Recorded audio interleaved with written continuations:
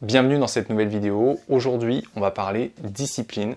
Comment améliorer sa discipline pour son reboot. Comment faire en sorte de développer, renforcer et ancrer des habitudes qui vont venir aider dans l'arrêt du porno. Pour moi, la discipline, c'est une compétence de reboot ultra essentielle. J'en ai identifié plusieurs.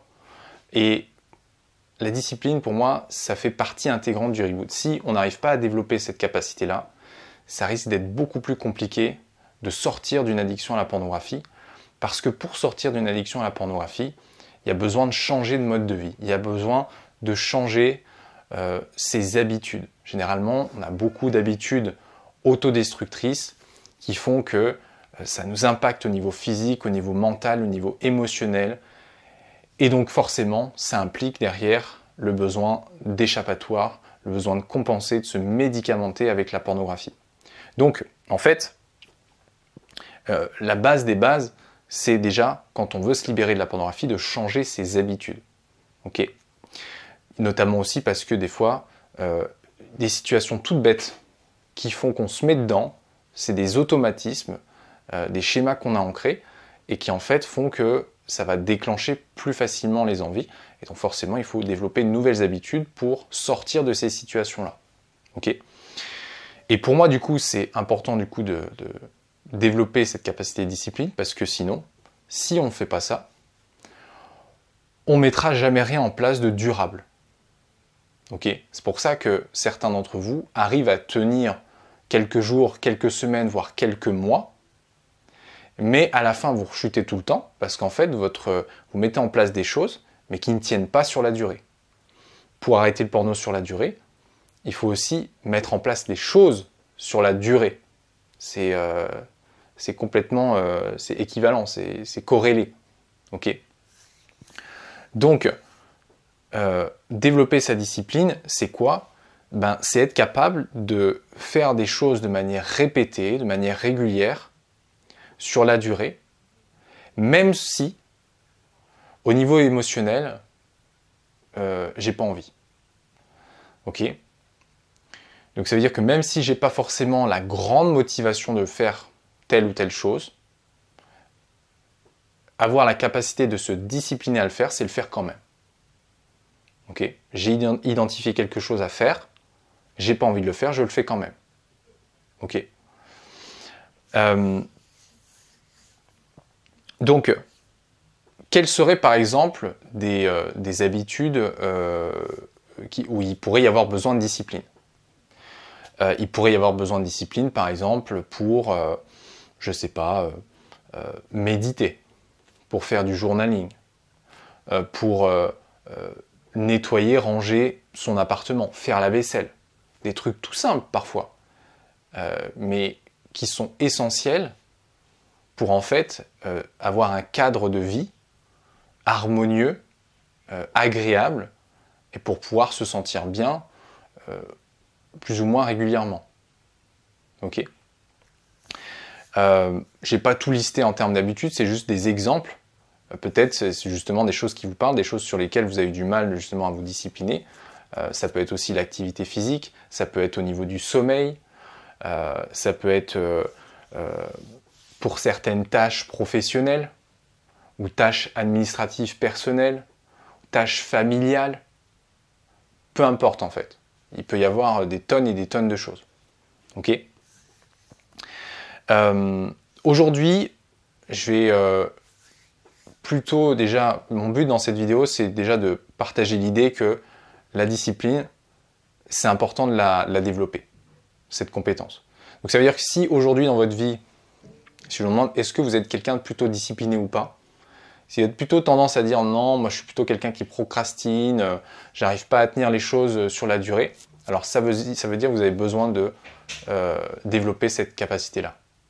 Okay. Et on va voir aujourd'hui déjà un moyen, c'est pas le seul moyen, mais un moyen de faire ça. Okay. Un moyen de faire ça, un moyen de développer et d'améliorer sa discipline, c'est de se créer ce qu'on peut appeler un non négociable. Un non négociable, c'est quelque chose que vous allez définir, une action, une habitude que vous allez définir. Ça peut être une action, ça peut être une règle, un plan, peu importe. Et en fait, vous allez vous fixer l'objectif de le faire quoi qu'il arrive. Vous allez vous focaliser dessus et vous allez dire, ok, cette chose-là, je vais développer ma discipline à travers cette action-là ou cette chose-là. Ok ? Et donc, non négociable, ça veut dire, en fait, vous allez catégoriser cette chose comme étant impossible à la négociation.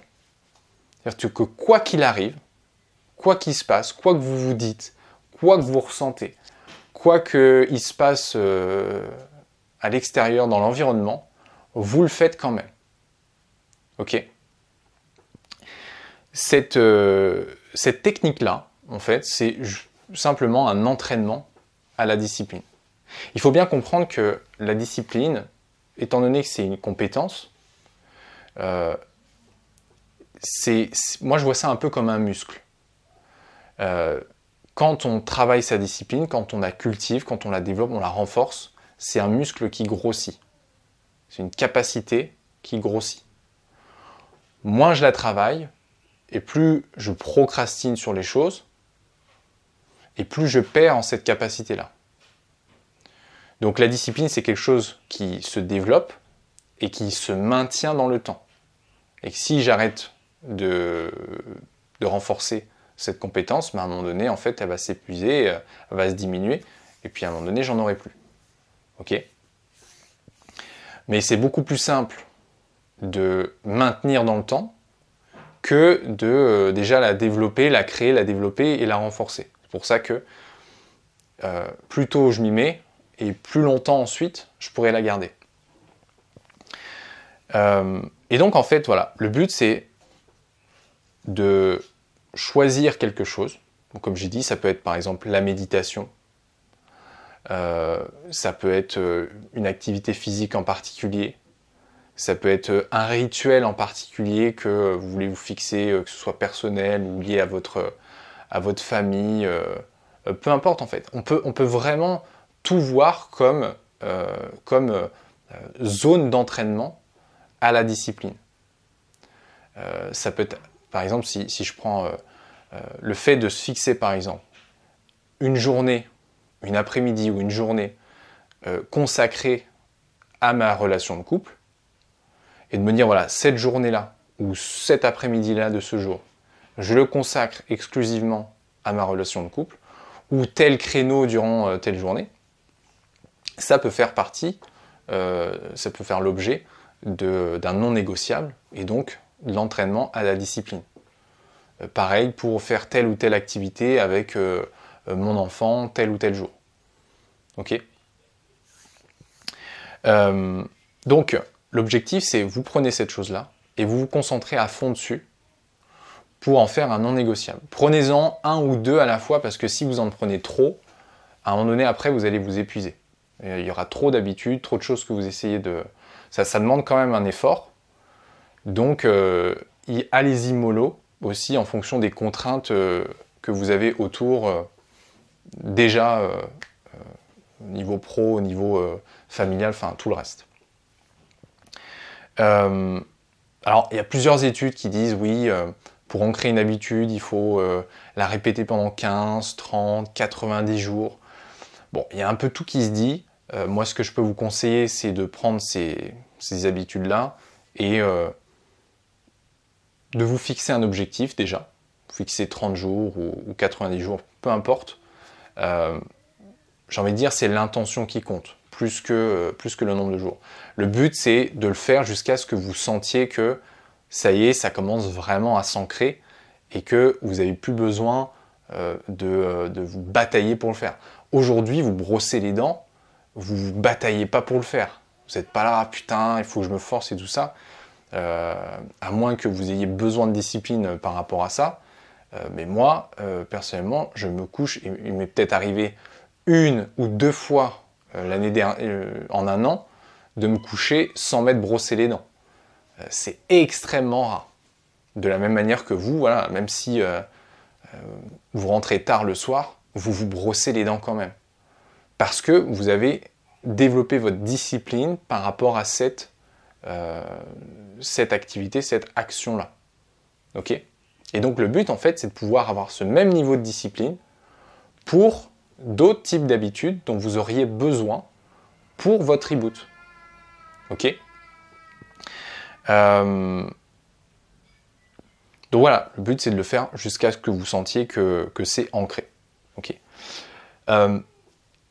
Durant cette période où vous allez essayer de mettre en place cette habitude et que vous allez développer votre discipline avec ce non négociable, le but en fait c'est pas juste de se forcer à le faire. Le but c'est aussi de prendre conscience des patterns cognitifs que vous pouvez avoir, du dialogue intérieur que vous pouvez nourrir. Parce qu'on ne s'en rend pas forcément compte, mais quand on n'arrive pas à développer la discipline, c'est aussi parce que on entretient, on nourrit une certaine forme de dialogue intérieur. On se dit des choses, souvent les mêmes, ça revient souvent, et en fait ça nous pousse toujours à la procrastination. Ok ? C'est aussi un mindset à développer en fait, cette capacité de remettre en question les pensées que j'ai. Ok ? Typiquement, j'ai quelque chose de prévu à faire, et je vais commencer justement à négocier, à me dire ah oui mais non parce que il y a ci, ah oui mais non il y a ça, telle raison fait qu'il vaudrait mieux que je le fasse plus tard. Alors qu'on soit clair, il y a bien sûr des moments où c'est évident je veux dire, c'est pas grave s'il y a procrastination. Moi, je suis pas quelqu'un d'ultra rigide. Il y a parfois où je sais lâcher les armes et dire ok, putain, il fait assez sombre là. Je vais quand même allumer ici. Il y a des moments où je suis assez lucide. Je me dis mais ça sert à rien d'essayer de lutter frontalement. Là, c'est pas le bon moment pour le faire. Ça sert à rien. J'arrive, je rentre à la maison, il est 23h, 23h30, je suis claqué, j'ai de la vaisselle à faire, ou j'ai autre chose à faire, quelque chose à ranger. Parfois, je vais pas me forcer à le faire juste parce que je sais qu'il faut que le sommeil est plus important pour moi à ce moment-là, je vais aller dormir et je le ferai demain. Donc il faut aussi savoir différencier les moments où je me raconte des excuses, des moments où c'est justifié, parce qu'il y a des moments où c'est le cas. Mais le but, c'est vraiment pour vous de développer aussi cette capacité de conscience de soi. Une autre capacité de reboot, la conscience de soi. La capacité à identifier, à percevoir, à remettre en question mon dialogue intérieur, les pensées que j'ai, les pensées que je nourris à mon propos ou au propos des choses extérieures. Et vous verrez qu'en fait, vous identifierez pas mal de choses sur lesquelles avant vous titiez pas forcément, vous vous disiez bah non c'est normal de penser comme ça, alors que en fait pas du tout. Combien de choses est-ce qu'on remet au lendemain ou on remet à plus tard, des choses qui pourraient être faites tellement rapidement, mais en fait on a tellement pris l'habitude quand on a ces schémas-là de raisonner un peu de cette manière-là en mode oui bon ça prend trop de temps. Il y a des choses, parfois, moi, dans mon reboot, je me suis pris à me rendre compte qu'il y a des choses, je surévalue le temps que ça me prendrait de faire quelque chose.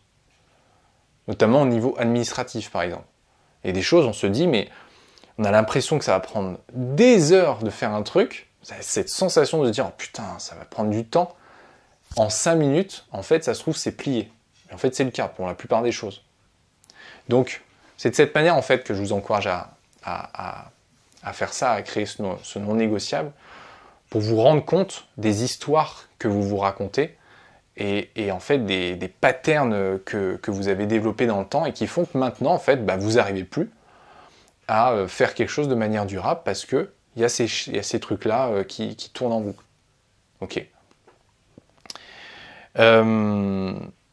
Donc allez-y doucement, je regarde mes notes en même temps, allez-y doucement, une à deux à la fois, pas trop surchargé, ça je l'ai bien mis. N'hésitez pas aussi à être au clair quand vous mettez en place un non négociable, une habitude à renforcer pour renforcer la discipline, à être au clair avec les conséquences, les avantages et les inconvénients à ne pas faire, à faire ou ne pas faire ce que vous voulez faire. Ça fait beaucoup de faire. Mais en gros, d'être conscient de pourquoi vous le faites, et si vous ne le faites pas, ça va être quoi les conséquences. Ça aide notamment à avoir une clarté d'esprit plus grande et une meilleure conscience de pourquoi vous faites les choses. Et ça renforce notamment la capacité à se discipliner à le faire, parce que ça ne devient plus juste une action banale, mais quelque chose de vraiment qui a du sens pour vous.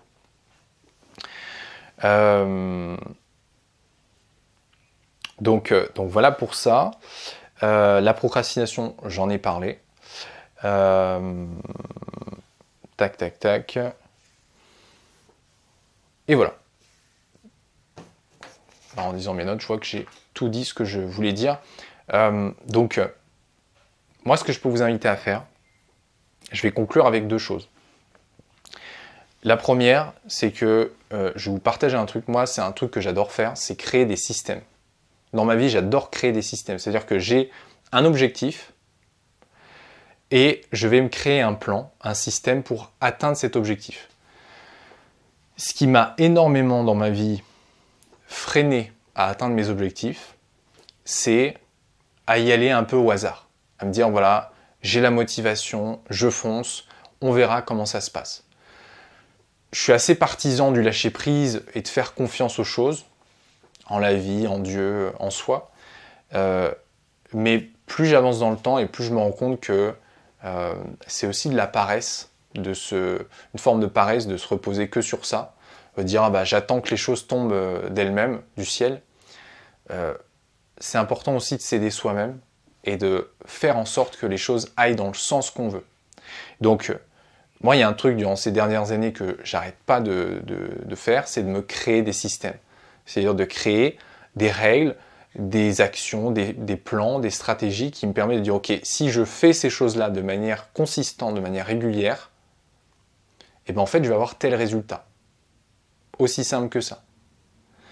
Et donc, en fait, c'est pour ça que je fais cette vidéo, c'est pour vous dire que si vous n'êtes pas en train de construire un système, que ce soit pour vous libérer de votre addiction à la pornographie, ou même pour atteindre n'importe quel autre objectif, vous êtes probablement en train de perdre du temps, parce que ça veut dire que vous avancez en roue libre au hasard, que vous n'avez pas de plan. Donc c'est pour ça que la discipline c'est important, c'est que quand je crée un système, je ne peux pas me baser que mon système, je ne peux pas le baser que sur ma motivation pour le faire.